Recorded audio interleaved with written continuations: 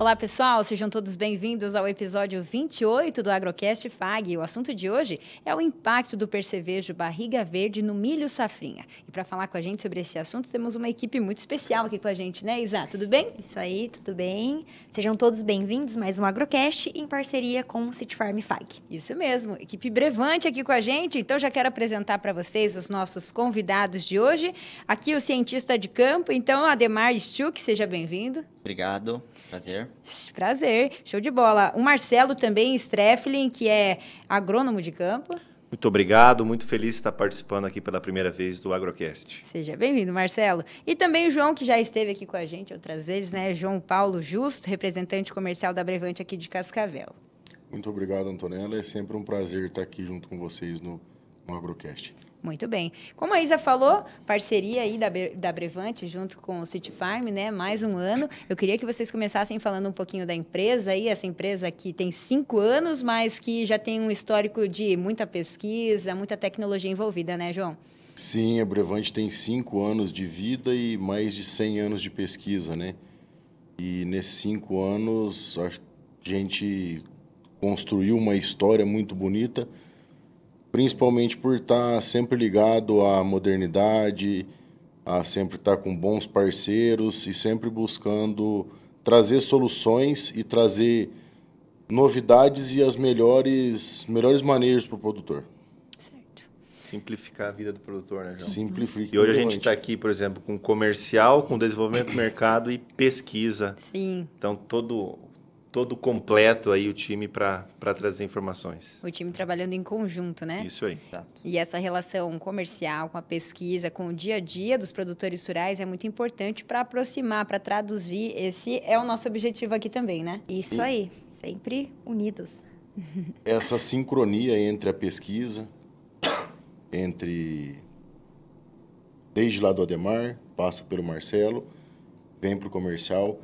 Então, essa sincronia que a gente tem lá desde o início, todo mundo está conversando, é uma coisa muito dinâmica. Isso é um dos principais fatores que faz com que, nesses 5 anos, a gente tenha tido esse crescimento exponencial e se tornar uma marca referência e uma marca representativa no mercado de safrinha do oeste do Paraná hoje. Muito bem.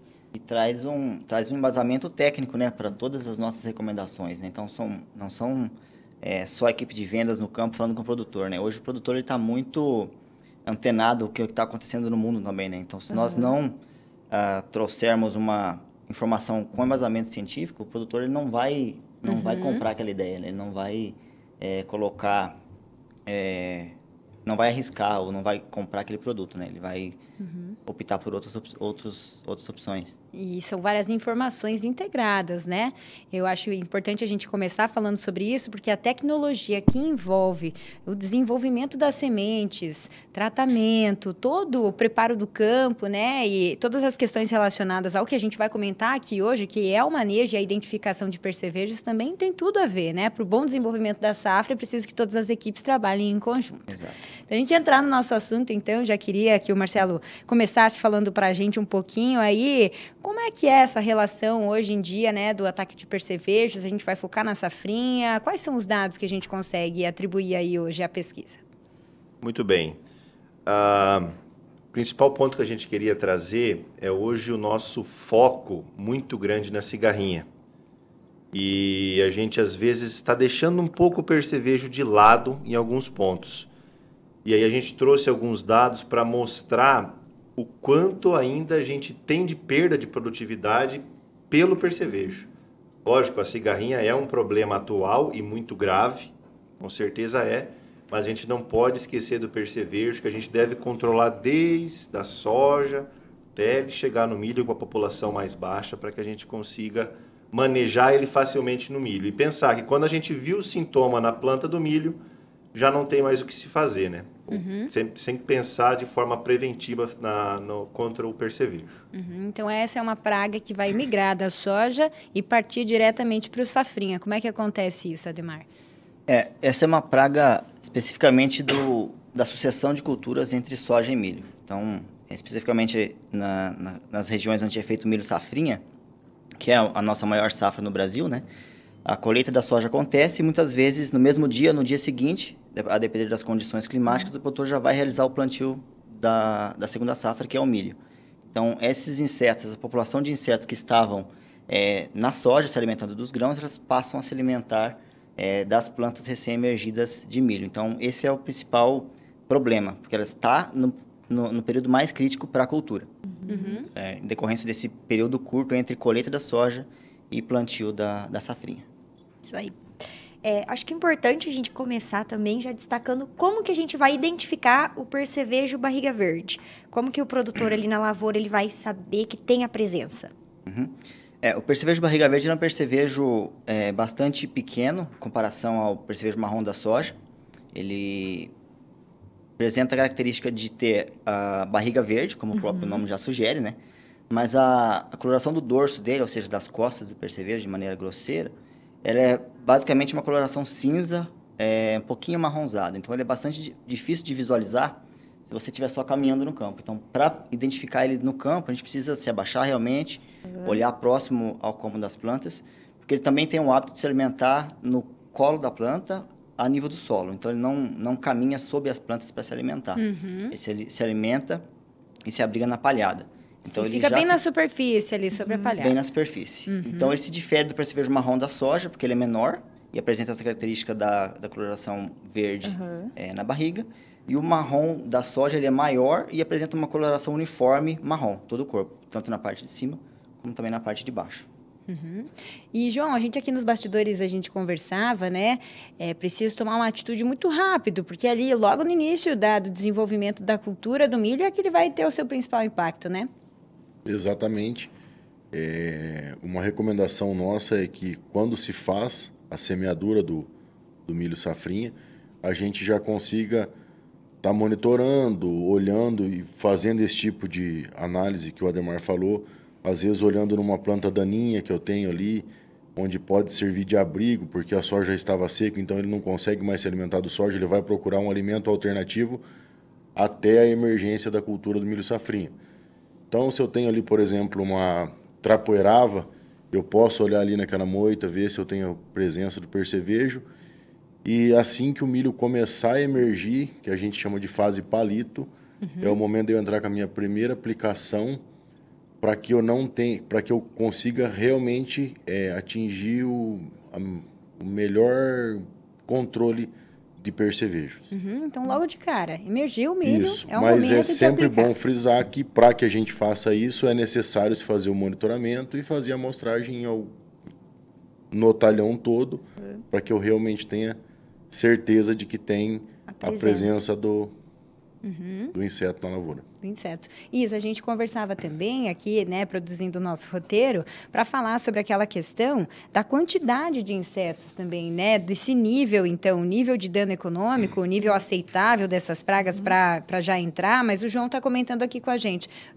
A planta emergiu, já é necessário fazer a aplicação. Isso é preventivo? Isso é necessário? Como é que a gente pode tratar dessa questão, Marcelo? A gente olha o metro quadrado, a gente separa um metro quadrado e de meio a um percevejo por metro quadrado, a gente já deve fazer a aplicação. Lembrando que, igual o Ademar falou, ele de dia a gente vai monitorar ele no sol quente, ele não vai estar ali por cima, então a gente vai olhar e não vai ver. Então tem que ir com calma, puxar a palha, ver se tem realmente. Porque se passar disso, passar de um percevejo por metro quadrado, você tem que entrar com uma quantidade de aplicações em maior sequência, você tem que ter um manejo muito mais forte. Se você não deixa entrar nesse período, é muito mais fácil você manter a população dele baixa, para ele não dar um ciclo. Porque quando ele dá um ciclo, o crescimento é exponencial do percevejo na cultura. Qual que é o ciclo médio, então, desse desenvolvimento, né? Desde a fase inicial aí até a fase adulta. Aí é com a Ademar. Ademar, conta aí pra gente. O ciclo, nas temperaturas que a gente encontra aqui na região, né, 25 a 30 graus, vai girar em torno dos 30 dias para arredondar aí, mais ou menos 30 dias desde a postura até a emergência do adulto. Então, esses 30 dias aí. 30 dias. Certo. E vocês realizaram uma pesquisa, então, lá na cidade de Toledo. A gente até tem a apresentação aí, né? Eu vou pedir para o Denilson, um dos nossos editores, já mostrar para a gente. Eu queria que vocês falassem na prática, então. Pode passar, Denilson, um pouquinho mais, que a gente vai conseguir ver. Falamos desses impactos, e essa é uma lavoura, como vocês comentaram, aparentemente está tudo certo. Mas o produtor vai olhar de pertinho e vai ver que tem vários danos. Conta para a gente, então, Ademar. Então, essa aqui é uma lavoura que nós visitamos no município de Toledo, que à primeira vista, nessa primeira imagem, a gente consegue visualizar que ela está uniforme, de maneira grosseira, né, olhando a essa distância. Mas nós fizemos o caminhamento nessa lavoura, contando planta a planta, 100 plantas sequenciais. Nós começamos a identificar essas plantas com os sintomas e classificamos eles em danos severo e o dano leve. E Marcelo pode contar um pouquinho mais sobre essa metodologia e os resultados que nós encontramos também. É importante a gente frisar aqui que se essa situação está assim, já não tem mais o que se fazer, né? Aqui já passou do período crítico, é o que as perdas já estão aí. Não, a gente vai fazer alguns trabalhos, se a gente consegue recuperar alguma coisa com adubações diferentes, mas hoje a gente não se tem pesquisa sobre isso. Então aqui perdeu, não tem mais o que se fazer. Pode passar de slide? Aqui seria o caminhamento que nós fizemos, tá? São 2 áreas diferentes no município de Toledo, com 2 híbridos em cada área, com 3 repetições. Nós andamos, eu ia na frente contando 100 plantas, o Ademar, que é entomologista, ele ia classificando em danos de leve, moderado e severo, e sem dano, obviamente. Então, na primeira contagem de 100 plantas, 62 delas tinham danos de percevejo. Dessas 62, 38 eram dano leve, 14 moderado, 10 severo. A segunda contagem, 72, 74. O segundo híbrido, 80, 78, 76. Então, a gente olha para uma área daquela, onde aparentemente está tudo normal. Daqui a um pouco o milho cresceu um pouco mais que aquilo ali, você só vai ver as perfurações na folha de baixo. Você vai achar que está tudo beleza. Mas os danos já estão graves aí. Na segunda área, a mesma coisa. Maior ainda, a gente chega a 90% das plantas com ataque de percevejo. Sim. E aí a gente quer frisar daí as perdas que o dano moderado tem causado. Se a gente pegar uma área dessa, mais ou menos aí 35%, 33% das áreas das plantas com dano moderado, né? E esse impacto aí, né, do dano moderado, ele também vai ser decisivo para o desenvolvimento da lavoura, para ver como é que vai ser essa produtividade também, né, Marcelo? Isso aí. E é um dano difícil de correlacionar, né? Porque a praga vai correr bem no início da cultura, a gente comentou aqui até V3, V4, né, o período crítico, e você só vai colher isso, quantos? 120 dias depois, né? Então é difícil o produtor correlacionar aquela produtividade mais baixa a um dano que aconteceu 120 dias antes, né? E saber identificar, né? Essa planta que está com sua espiga menor aqui, gera sempre aquela dúvida. Por que será que essa espiga está menor? Daí ele entra dentro da lavoura, olha, fala, mas eu tenho, peraí, uma aqui, uma ali, uma lá, porque a gente está falando um percentual grande, né? E aí o Marcelo foi e colocou essas fitas para que se pudesse voltar e analisar no mesmo lugar para realmente poder dimensionar tamanho de espiga, peso de grão, como, tudo. Especificar realmente, então, né? Isso em dano leve, moderado, severo e planta sem dano também. Essa azul é leve, né? A roxinha é sem dano. Sem dano. A azul ali é leve, o amarelo era moderado e o severo era vermelho. O que aconteceu aqui? Eu identifiquei 20 plantas de cada um desses níveis de dano. Essa classificação aconteceu um pouco tarde, V7, V8, poderia ter feito ela um pouco mais cedo, talvez seria um pouco mais preciso. E nessa área a gente não teve aplicações de fungicida, a gente fez um trabalho de fungicida também, e ela teve um pouco de problema de antracnose, então também talvez deu, não uma mascarada, mas deu uma modificada nos danos que a gente já percebe em outros trabalhos. Mas mesmo assim, se a gente passar o slide, a gente pode perceber que, por exemplo, se a gente falar em diâmetro de colmo, de uma planta sem dano para uma planta com dano severo, a gente está falando em 6 milímetros de diferença. Né? Então, às vezes o produtor está andando lá no campo, já no florescimento, vai notando aquelas plantas que estão dominadas, o colmo mais fino, o que foi isso? Ainda, talvez a gente ainda consegue ver alguma marcação nas folhas mais de baixo, mas senão a gente já não vê mais.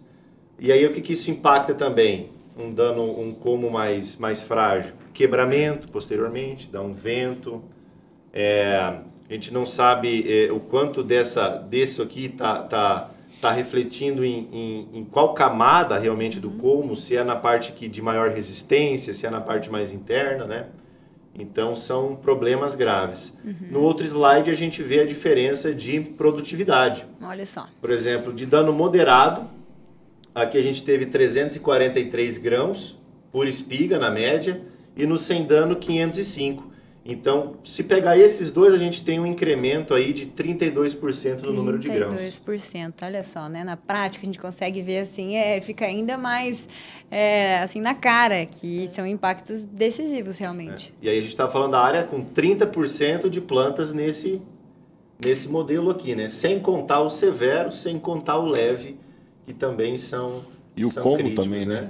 E o como também a gente nota a diferença, né? Aqui eu trouxe as imagens para reforçar que a gente teve problemas de antracnose, né? Mas a gente percebe que no moderado, dá para ver pela foto aqui a espessura do como, né? As plantas dominadas em relação ao sem dano. Sim, sim. Dá para ver o impacto mesmo. A coloração também, a forma como ela se desenvolveu, né? Isa, e a gente conversando, tivemos perguntas também, né? Isso aí. De acadêmicos aqui do curso de agronomia que sabiam que a gente ia conversar com a equipe da Abrevante hoje. E o que você pode trazer aqui pra gente? Isso aí, o Guilherme Baraba, ele perguntou, né, pediu para perguntar para vocês qual o melhor horário para aplicação no percevejo, porque a gente sabe, igual vocês comentou, que ele fica ali embaixo escondidinho. Então, para atingir o alvo é mais complicado e o horário ele é essencial, né? Quer que eu falo? Pode falar. Então eu Você vou falando, mentiu. vocês vão contemplando, ajudando.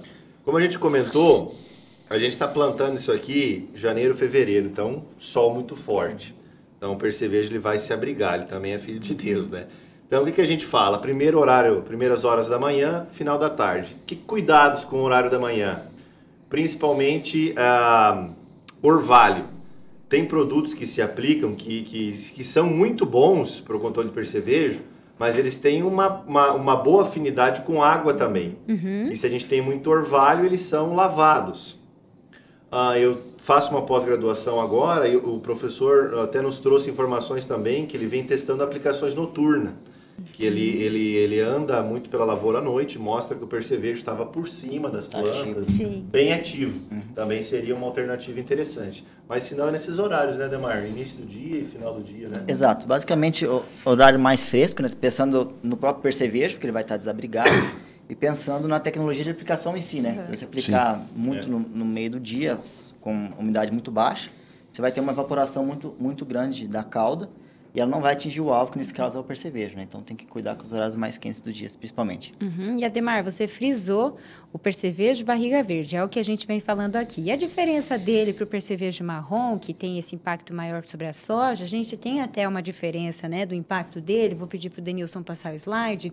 Queria que vocês me comentassem, então. É mais um? Mais um slide, depois a gente volta nesse. Vamos falar um pouquinho, então, aí. O percevejo marrom do percevejo barriga verde, você já falou, né, as diferenças na estrutura, nas características. E aí o impacto dele sobre o milho safrinha? Exato. O mesmo problema que ocorre com a barriga verde, essa migração da soja para o milho, acontece, obviamente, com o percevejo da soja, que, como o próprio nome já diz, ele é a praga principal na cultura da soja. Mas como esse plantio ele é muito rápido, entre colheita de soja e plantio de milho, o marrom acaba migrando também, porque ele é uma praga do sistema, né? E a gente, até pouco tempo, a gente recebia muito questionamento da nossa equipe de campo, se esse percevejo que estava no milho, ele causava dano ou não, sendo o percevejo da soja, né? Então, esse trabalho aí, nós fizemos, diferente do que o Marcelo mostrou aqui, nós fizemos ele em gaiolas. Então, a gente utilizou uma população de percevejos coletada a campo, produzida para esse ensaio. Então, a gente infestou plantas com o número certo de percevejos em ambiente protegido. Como vocês podem ver aqui, a gente colocou 2, 4... e 8 percevejos por planta. Então, uma população extremamente alta, se a gente pensar em nível de campo, principalmente para o barriga verde, né? Que a gente já comentou aí sobre o nível de controle dele. Então, para ele, com 2 percevejos ou com 8 percevejos, não fez diferença nenhuma. Que a gente nem não produziu. teve nenhuma produção de espigas. Todas as plantas, elas morreram, que é uma pressão, de novo, muito elevada. Mas já para o percevejo marrom da soja, que não é praga específica dessa cultura, a gente vê que teve um aumento do dano quando a gente aumentou o número de percevejos por planta. Então, começando com 2 percevejos por planta, visualmente aqui a gente não vê diferença, né? Até parece que os 2 ali estão um pouquinho melhor, então provavelmente não tem diferença estatística. Mas quando a gente parte para 4 e para 8 percevejos por planta, a gente já nota que houve uma redução nesse tamanho de espigas e até no número de espigas, visto que as últimas 2 plantas ali estavam praticamente não produziram grãos viáveis, né? Então, apesar de não ser uma praga-chave para essa cultura, ela deve ser também levada em consideração no momento das aplicações, porque em condições de altas populações, que vem aumentado, né, Marcelo, nas últimas safras, ela pode também trazer danos para essa cultura. Então, a gente consegue ver esse cenário aí. Também precisa ficar atento ao percevejo marrom, né? Olha aí o impacto causando com altas concentrações desse inseto. E aí, a gente não comentou ainda, mas acho que é um tópico importante, justamente porque a gente está falando de Brevante e é a tecnologia que está aí presente nas sementes, né? Essa biotecnologia, o que a gente consegue ter para que esses híbridos fiquem um pouco mais tolerantes a esse tipo de praga, já no tratamento de semente, João? Na verdade, você tocou num ponto chave, né? E isso faz parte do todo o MIP, né? Que é básico na agricultura, que é o manejo integrado de pragas. A Corteva hoje como um todo, então na marca Brevante é assim, 100% da nossa semente de milho, ela é TSI, ela vem tratada com poncho, Dermacor, Lumialza e Lumidapt. O poncho especificamente para o controle de sugadores, então ele vai estar pegando percevejo, ele vai estar pegando a cigarrinha também. O poncho sozinho não vai fazer esse trabalho, então daí a importância daquele monitoramento que a gente está falando no momento do plantio da semente, para que se eu identificar que eu tenho a população ali acima de meio, né? De meio a 1 percevejo por metro quadrado, é importante a importância de eu estar entrando com uma aplicação aérea exatamente para estar auxiliando o meu TSI. A aplicação aérea sozinha ela não vai ter efetividade no controle de percevejo e o TSI sozinho também não vai ter efetividade no controle de percevejo. Então eu preciso adotar várias estratégias para que eu consiga ter uma eficiência no processo. Uma outra estratégia que vai nos auxiliar é a rotação de moléculas, pensando no controle de percevejos. Sim. Ainda falando do TSI, não são, o Lumialza e o Lumidap não são controles diretos, obviamente. Um é um nematicida e um outro é um bioestimulante. Então, não tem nada a ver com percevejo. Mas a gente percebe um incremento de crescimento, a gente chama, não é vigor, porque vigor é algo inerente da semente, né? Mas um desenvolvimento inicial mais rápido com a utilização desses 2 produtos, o que acontece? A planta crescendo mais rápido, ela engrossa o diâmetro do como mais rapidamente e ela vai sair mais rápido dessa fase crítica. Não quer dizer que o produto vai combater o percevejo novamente, eu reforço, vou falar que não diretamente, né? Mas a planta se desenvolve mais rapidamente. Isso acontece, a gente vê muitos problemas quando aconteceu o plantio e acontece uma seca e o milho fica muito travado. E o milho não se desenvolve. Mais tempo o percevejo pegar. O produtor talvez não quis investir em alguma adubação nitrogenada, às vezes o milho fica mais travado também. Então, são todas medidas que vão ajudar aí também o TSI, né? Esse manejo integrado. Exato. E para complementar esse assunto de TSI, a gente tem um slide, acho que é um slide anterior, foi um trabalho também realizado em Toledo, para ver realmente o efeito do tratamento de semente com o poncho, né, nesse caso aqui, em diferentes períodos. Então, para ver até quando o tratamento de semente ele traz um benefício para o produtor, em diferentes períodos, né? Então, iniciando na primeira imagem ali, nós temos uma infestação, também reforço aqui que é um trabalho feito em gaiolas, então com um número preciso de percevejo por planta, para a gente conseguir ter uma redução do erro experimental, né? Sim. Então, a primeira figura ali, com infestação a partir de V1 até V3, então a primeira planta ao controle, desenvolvimento normal, sem percevejo.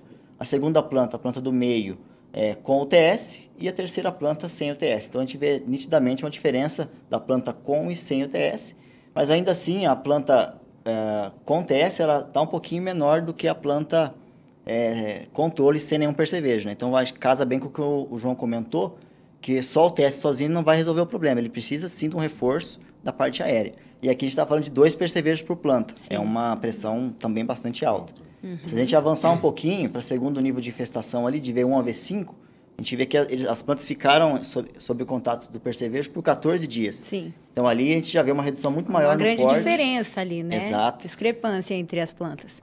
Principalmente sem o TS, né? Mas com o TS também a gente vê que tá bem reduzido o porte da planta. Então, de novo, o TS sozinho não vai resolver o problema.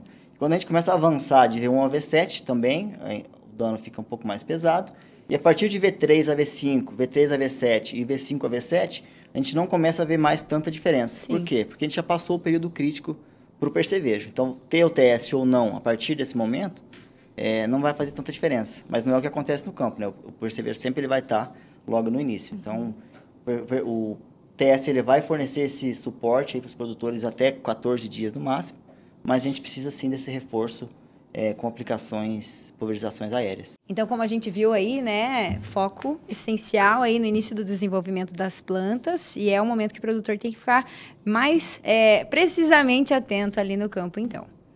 Sempre que a gente pesquisa sobre o percevejo, a gente acaba vendo uma questão ali nas redes, sobre a ponte verde. A gente comentava antes sobre essa diferença, né? Você até falou sobre a sucessão ali do soja para o milho. Aqui na nossa região, a gente não tem essa questão da ponte verde, mas a gente tem várias pessoas que nos acompanham aí de outros locais.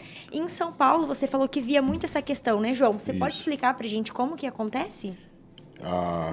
Quando eu tenho, por exemplo, uma ponte verde, é quando eu vou ter uma cultura que ela vai ser a ponte exatamente entre a cultura que está saindo e a que vai entrar. Mas, por exemplo, no caso do milho, ele é o barriga verde, por exemplo, na soja, ele é um percevejo secundário, né? Sim. Ele não vai ser... O marrom vai tomar ali o ponto como principal. Ele é um coadjuvante do marrom. Como ele sai da soja, ele entra no milho, daí ele vira o principal e o marrom vai ser o secundário, como a gente viu ali no trabalho que o Ademar fez lá na estação. Se ele pegasse uma fase específica, por exemplo, no soja, ele usasse uma outra cultura para sair do soja e voltar para o soja. Então, essa cultura do meio vai ser uma ponte verde. Por exemplo, uma cigarrinha, usar aí uma pastagem...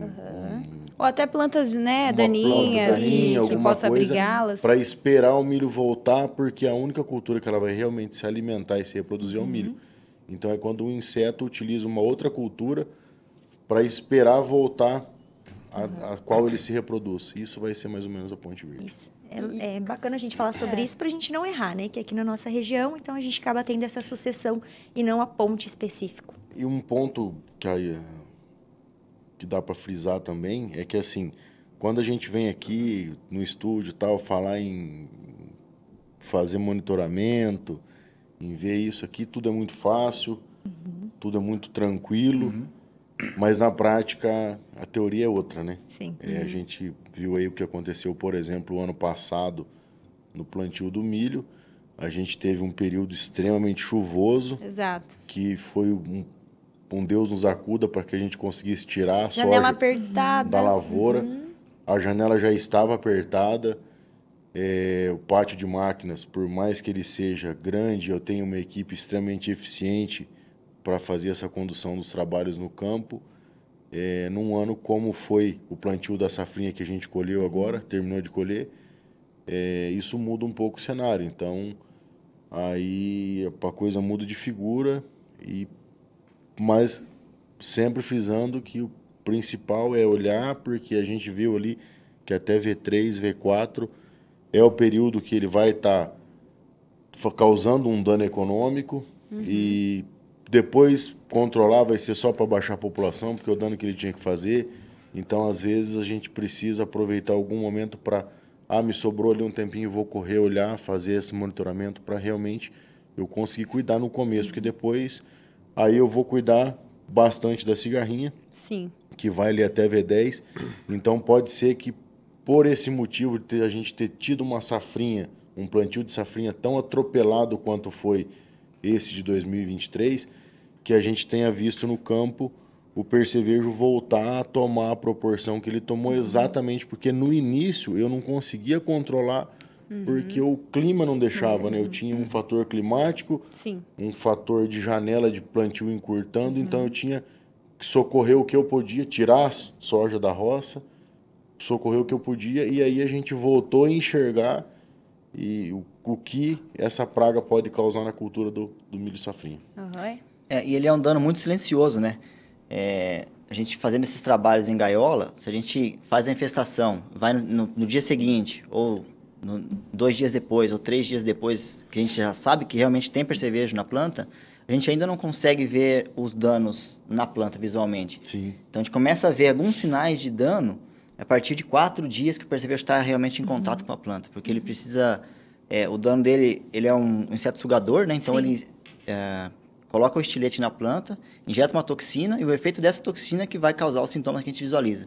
Então até que ele se alimenta da planta e esse dano fica visível para a gente, vai esse período aí de uns 4 dias. Então se eu deixei de ir na lavoura por 4 dias, o dano que aconteceu nesses 4 dias eu já perdi, né? Então realmente tem que estar de olho todo dia, né? Isso. Sim, são questões de dias ali mesmo que já vão fazer Exato. toda a diferença. E para a gente relembrar, Ademar, para o produtor que vai estar no campo e vai observar essas plantas, para a gente relembrar, até tinha marcado aqui para a gente conversar, você falou dessa toxina, né? E os principais danos que ela vai causar, então, esses perfilhamentos, essas manchas, o que vai acontecer na planta em si para a gente relembrar? Tá, se a gente pensar do dano mais leve para o mais severo, né? Fazer uma escala de dano.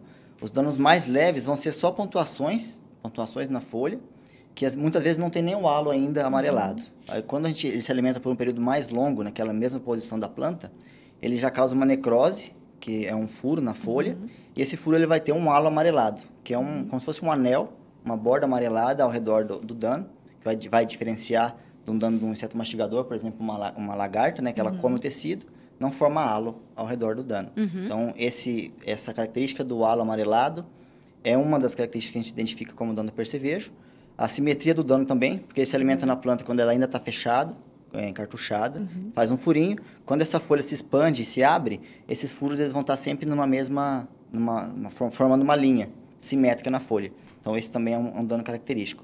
Evoluindo mais para um dano um pouco mais severo, a gente começa a ver um pouco de folhas encartuchadas ou mal expandidas. Então, a gente começa a ver o meristema retorcido, folha que não se expande direito na planta. Redução do porte, porque ela está gastando energia para sintetizar essa toxina que foi injetada. E quando o percevejo ele atinge o meristema ao se alimentar, ele causa a morte do meristema. Então, por isso que a gente vê depois de alguns 10, 15 dias, a gente começa a ver vários perfilhos nas plantas de milho. Então, o meristema principal ele foi danificado, ela emite brotações laterais. Então, esse seria um dos danos, não mais severos que a morte da planta realmente, né? Sim, mas os principais, Esses então. são os principais. E que lá na visualiza no espiga campo. também, má formação, é muito espigamento. Muito espigamento, porque ele causa uma desordem na planta como um todo, né? Planta dominada, nem dá espiga, nos casos mais graves, né? Mais severos. Todos esses impactos aí. Chegando, então, ao fim do nosso episódio, foi um bom bate-papo, né? A gente conseguiu aí saber várias informações, mas antes de finalizar, Isa, diga lá o que você vai perguntar aí para os meninos. Pergunta surpresa, que vocês não estavam sabendo. Surpresa para vocês. Todo final de episódio a gente gosta de perguntar, de pedir. Não tinha, né, João? Quando o João veio aqui da última vez, ele não lembrava que tinha essa pergunta. A gente gosta de pedir uma indicação relacionada com o tema. Então, pode ser algum livro, podcast, algum pesquisador, para o pessoal aí que quiser se inteirar mais do assunto, poder pesquisar, ler alguma coisa, assistir um vídeo. Isso. Diga lá, Ademar, você que é da pesquisa, está sempre aí com referências. Nós temos alguns trabalhos já da Corteva publicados nessa área. Inclusive, os que eu mostrei aqui, alguns deles já estão publicados, outros em fase de publicação. Então, a gente tem um portfólio bastante completo de trabalho nessa área. A própria Embrapa também tem vários pesquisadores, Embrapa Soja, né, em Londrina, que trabalham bastante com isso também, focado em percevejo. Muito bem. Marcelo? Eu acho que a indicação não seria de uma pessoa, mas eu gostaria de instigar o produtor a ir eu sei que o produtor vai para o campo, mas ir mais no detalhe, entendeu? Quando a gente for fazer esse monitoramento que a gente falou, fazer ele de uma forma realmente caprichada, tirar essa palha, fazer a contagem. Quando a gente não faz isso e acaba arredondando o número de percevejos para baixo, a gente tem esses grandes problemas que vem acontecendo. Outro ponto, ver a atividade do percevejo, ver na sua área. A gente fala aqui de coisas e tudo é muito amplo, mas a gente sabe que dentro da agronomia é muito específico cada região. Talvez na sua região uma altitude diferente, o percevejo está mais exposto em algum horário do dia. Depende de muitos fatores. A gente fala depende para tudo, né? Então, é o produtor realmente, o agrônomo que atende o produtor, obviamente, estar focado nesses detalhes. Até mesmo o levantamento histórico da própria área, né? Porque às vezes ele já tem sempre ele tem ali. Então, ele levar em consideração isso, acho que também ajuda bastante. Tirar os aprendizados de uma safra. A gente viu que os danos já aconteceram. Estuda o que você pode fazer para a próxima, pensando sempre em manejar o ciclo, manejar o sistema. Você não vai manejar no milho, você já tem que ir manejando na soja para chegar no milho com uma quantidade de percevejos menor, senão realmente não tem o que fazer. Uma continuidade, realmente. E aí, João? Hoje, tudo muito digital, né? A gente tem alguns consultores que têm umas páginas aí muito boas no próprio Instagram, no Facebook, no YouTube. Todo mundo tem um feeling do que realmente é bom. Pesquisa um cara, tal, que seja legal, fica difícil. Às vezes a gente esquece de falar de alguém, mas tem muita gente boa no próprio Instagram. Tem, como o Ademar disse, uma boa indicação, por exemplo, para quem é universitário, é ler um pouco mais sobre esses trabalhos, esses artigos científicos. E no nosso caso aqui, os trabalhos da Corteva eu acredito que sejam muito interessantes para nós, porque o que a gente vai estar analisando ali é realmente o que se passa, é questão de clima, é tempo de luz, é temperatura, é tudo muito próprio tipo de palhada, é muito próximo da nossa realidade. Então, os trabalhos das instituições que a gente tem ao redor aqui, os próprios trabalhos feitos dentro da FAG, aí, dos professores, doutores, da melhor forma possível. Não importa qual a fonte que você vai buscar, desde que o conhecimento, desde que a informação ela seja de qualidade, qualquer conhecimento eu acho que ele é bem-vindo. Muito bem, para agregar ainda mais conhecimento, Isso né? aí. Muito bem, pessoal, nos vemos no City Farm, né, 24 e 25 de novembro, tá chegando quase um mês aí, né, para o evento acontecer. 40 dias, né? 40 dias. E a Brevante vai estar lá e a gente vai acompanhar com vocês todo esse espaço, as demonstrações das tecnologias, o que vocês tiverem de informações para trazer aqui para os nossos acadêmicos, para o público no geral, e a Brevante presente aí no City Farm. Pessoal, muito obrigada pela participação e até uma próxima oportunidade. Prazer participar, obrigado pelo convite. Ficamos à disposição aí em caso de dúvidas. Eu também agradeço, Agrocast, agradeço o João também pelo convite e contem com a gente, o que precisar, a gente está disponível. Obrigado a vocês e obrigado aos meninos que prontamente falei, pesado, eu vou precisar de vocês aí para Vamos para lá, vamos para Cascavel. Vem comigo. Show de bola, os meninos que vieram de Toledo aí também, né? Isa, obrigada, até a próxima. Até a próxima. Se você que acompanha a gente até aqui ainda não está inscrito no canal, faça a sua inscrição para receber as notificações e ficar por dentro das nossas novidades aqui no Agrocast FAG e também no nosso programa AgroFag, todo domingo de manhã na KTV e aqui no canal do YouTube. Até o próximo episódio, pessoal!